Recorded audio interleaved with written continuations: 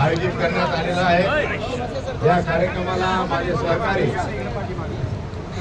मराठवाड्यातील झुंजार आमदार सन्मान्य विक्रमजी काळे साहेब माझ्यासोबत आहेत। या ठिकाणी या पेन्शन संघटनेसाठी कार्यरत असलेले सर्व सन्मान्य पदाधिकारी मंडळी, सर्व पेन्शन फायटर, एकच मिशन, एकच मिशन, जुनी पेन्शन।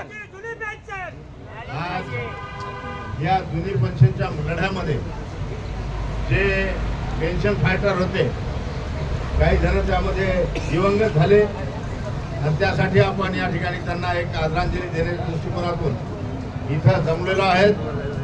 आणि आपल्या हा जुनी पेन्शन मिळवण्याचा जो संघर्ष आहे हा या शहीदांच्या स्मरणात ठेवून आपल्याला नेहमीसाठी चालू ठेवायचा आहे। आणि म्हणून जुनी पेन्शन मिळालीच पाहिजे। एकच मिशन, जुनी पेन्शन।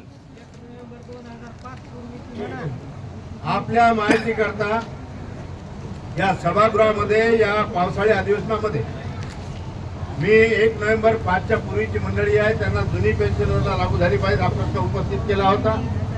नागपूरच्या हिवाळी अधिवेशनामध्ये शिक्षण राज्यमंत्री सन्मान्य पंकजी भोयर यांनी उत्तर दिलं होतं की हे प्रकरण न्यायालयामध्ये आहे आणि त्यामुळे आपण न्यायालयाच्या देखील संपर्कात गेलो।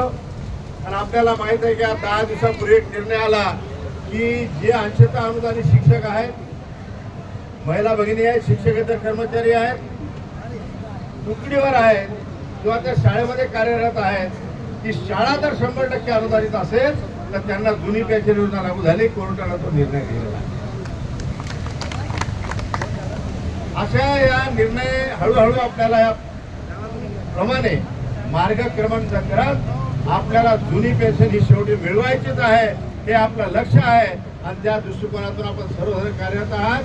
मी आपल्याला प्रामुख्याने सांगू इच्छितो की या महाराष्ट्रामध्ये आपल्या जितकेही शिक्षक प्रतिनिधी आमदार आहेत त्या सर्वांचा तळमळीचा विषय जर एक कोणता असेल तो आपल्या सर्व कर्मचाऱ्यांना जुनी पेन्शन योजना मिळाली पाहिजे। आणि त्यामुळे सातत्यानं काळेसाहेब असतील, आम्ही आमदार असो, आम्ही त्या पायऱ्यावरती ठिय्या आंदोलन असेल विधान भवन मधल्या या ठिकाणी छत्रपती शिवाजी महाराजच्या पुतळ्याजवळ आंदोलन करण्याचं काम असेल, तुमच्या ज्या ज्या आंदोलन ज्या ज्या ठिकाणी होतात ते शिर्डीला असो, नागपूरच्या हिवाळी अधिवेशनामध्ये असो, मुंबईला असो, या प्रत्येक अधिवेशनामध्ये आमचा समावेश तुमच्या सोबत असतो।